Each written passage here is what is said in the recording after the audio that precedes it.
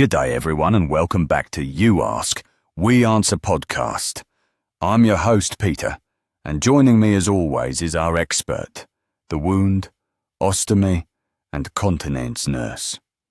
How are you today? I'm great, thanks, Peter.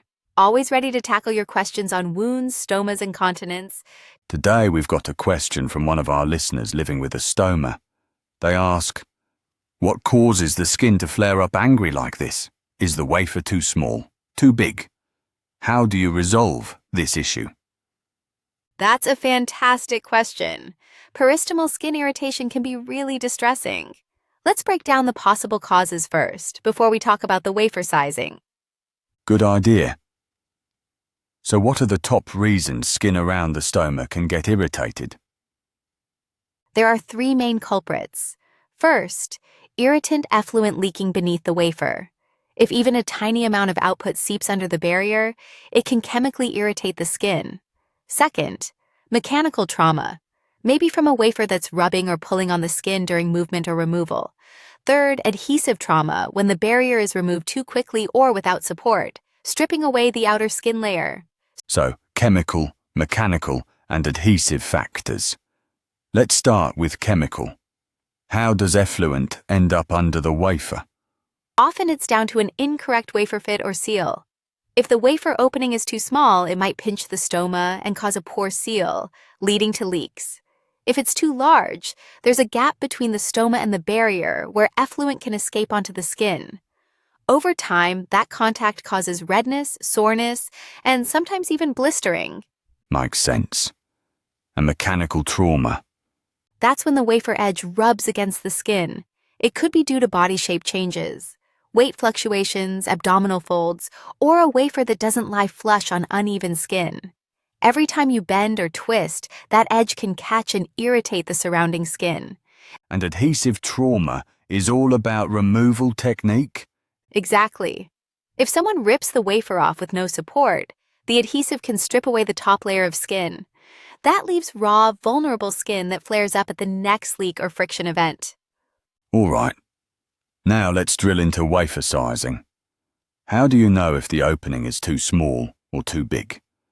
You start by measuring your stoma size each week for the first month after surgery, then monthly once it's stable.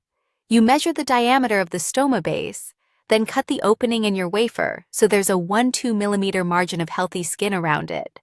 That margin ensures a snug but non-constricting fit. So, not 0 millimeters margin and not a 5 millimeter gap, just 1 torn 2 millimeter of skin showing. That's right. If you cut it too tight, you risk pressure trauma and poor drainage. Too loose, and you risk chemical irritation from leaks. That golden 1-2 millimeter skin border gives you the best seal and the least skin exposure. And what about wafer shapes? Flat versus convex. For a stoma sitting flush or slightly below skin level, a flat wafer usually works. But if the stoma is retracted, flush, or there are skin folds, a convex wafer can help push that skin around the stoma into the barrier, creating a better seal. But convex barriers aren't for everyone. They apply gentle pressure and can be uncomfortable if you have fragile skin or hernias. Always check with your stoma clinical nurse consultant before switching. Good tip. Now let's talk resolution. A listener might already have irritated skin.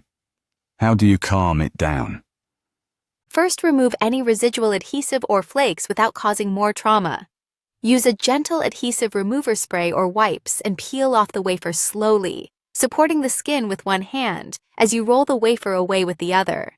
Then cleanse the skin with warm water and a soft cloth. No soaps with fragrances or oils that can trap moisture. And if the skin is already red or blistered? You can apply a protective skin barrier spray, wipe, or film. These products form a transparent coating that shields the skin from effluent and adhesive.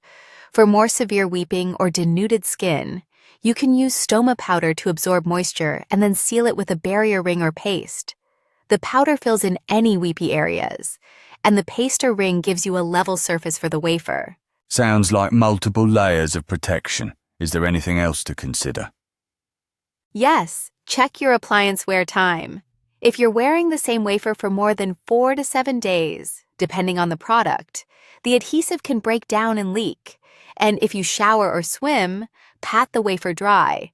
Excessive moisture can undercut the adhesive. What about diet and output consistency? Does that play a role? Absolutely. Very watery output is more corrosive and more likely to leak. If your output is loose, you might need a higher output formula with fiber or consider thickening agents, always under dietitian guidance. Conversely, very thick output can clog the wafer aperture, causing backup and leaks. Keeping output consistency stable is crucial. And any lifestyle adjustments?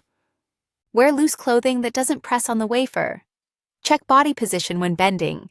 Bend from the knees, not at the waist, to reduce pressure. Maintain a healthy weight and keep active. Movement helps prevent skin folds that can trap moisture and adhesive. That's a comprehensive plan. Let's summarize the steps for our listener. Measure your stoma weekly, then monthly once stable. Cut the wafer opening for a 1-2 mm skin margin. Choose flat or convex based on stoma profile. Remove wafers gently with adhesive remover. Clean skin with water only. Apply skin barrier film or powder plus paste for damaged skin. Replace your wafer regularly. Follow product wear time. Manage output consistency through diet. Wear non-restrictive clothing and bend safely. That's perfect. Following those 9 steps will calm angry skin and keep it healthy. Any final words of encouragement? Peristomal skin irritation is common but manageable. Don't suffer in silence. Reach out to a stoma care nurse if you hit a roadblock. You've got this. Thanks for that. And thank you to our listener for the great question. If you've got a topic on wounds, stomas, or continence, send it to us via email or social media. We'll answer every Wednesday on You Ask. We answer. Take care of your skin and your stoma, and we'll see you next week. See you next Wednesday. Bye for now.